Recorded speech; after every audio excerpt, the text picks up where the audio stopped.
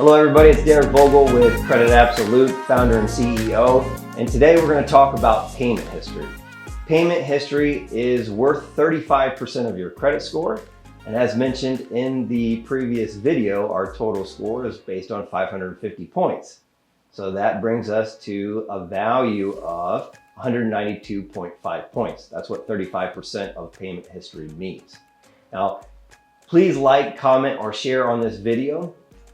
It's important that we share these facts and truths because there is a lot of misleading information out there. And trust me, from my own personal experience, I want you to understand what I had to overcome.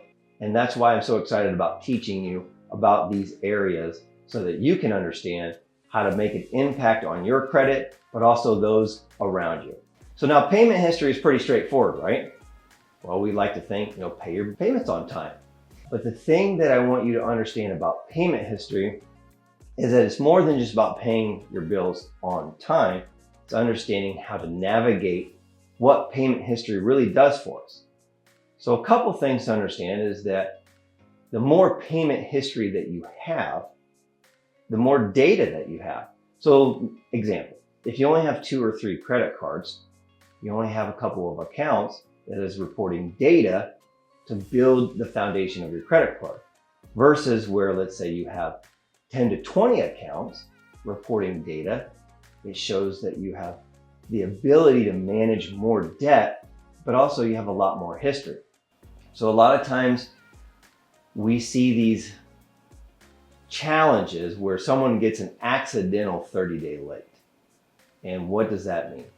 Well, one 30-day late can drop your credit score 50 to 100 points. It destroys your credit because the value is 192.5 points of your credit score. A 30-day late takes 9 months to recover from. So no matter what we do moving forward as we build new credit or we're trying to repair our credit, making your payments on time is absolutely critical. Now, what are some things that you can do to avoid late payments? I always like to say, set up your payments on auto pay, or you can pay your bills 2 or 3 days ahead of time. Now, some things that I have found that work for me is understanding the due date versus the statement date. Now, I'm going to cover this a little bit more in the next video on credit cards, which is the most important. But when you look at your due date versus statement date, what I want you to understand is that the due date is the due date, obviously. But the statement date is when they report the history of the account to the credit bureaus, okay? So with that understanding, what I want you to realize is that if you have one 30-day late and you only have 2 or 3 accounts, it's going to impact your credit much more heavily because it shows that you can't manage a couple of accounts. Versus where if you had 10 accounts with perfect payment history, your credit scores won't be impacted as much because you have a lot more data supporting that you can manage a lot of credit. For me personally, I actually have over 20 credit cards. Now, why do I share that? A lot of people think that having a bunch of credit is bad, and it's not. It's actually the opposite. It's only bad if you don't manage your credit cards, meaning you're spending more money than you have, then you go into debt. I literally have over $100,000 in available credit on my credit cards. I only use 1 or 2, but I manage them properly, and that allows me to have the credit that I have today. Again, this takes time.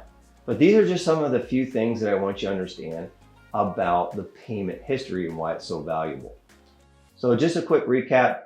Make your payments on time. If you have to, set up an auto payment.